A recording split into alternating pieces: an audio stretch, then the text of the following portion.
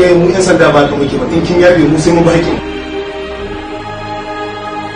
His unconditional love for Salma is indescribable, unimaginable, unbeatable, and irreplaceable. Salma Bankwana.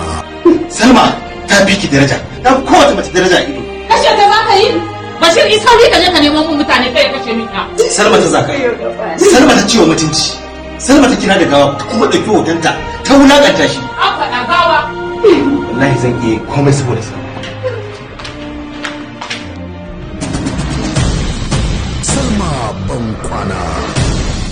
It's Miracle King, Nura M. Inwa movie. Screenplay by Yakub M. Kuma.